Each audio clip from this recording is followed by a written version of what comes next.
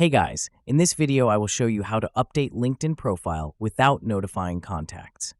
Alright, so let's begin with the video. First, open the LinkedIn website and sign in to your account. Once you're signed in, look to the top right corner of your screen where your profile photo appears.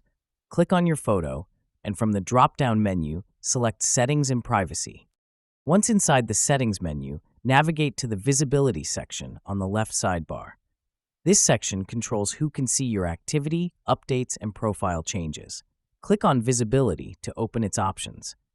Under these settings, scroll down and locate Share Job Changes, Education Changes, and Work Anniversaries from Profile.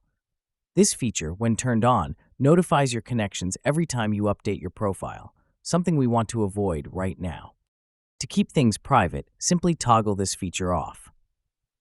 Doing this tells LinkedIn not to send notifications to your contacts whenever you update your profile. It's the perfect way to make edits behind the scenes until you're ready to show them off publicly. And that's it.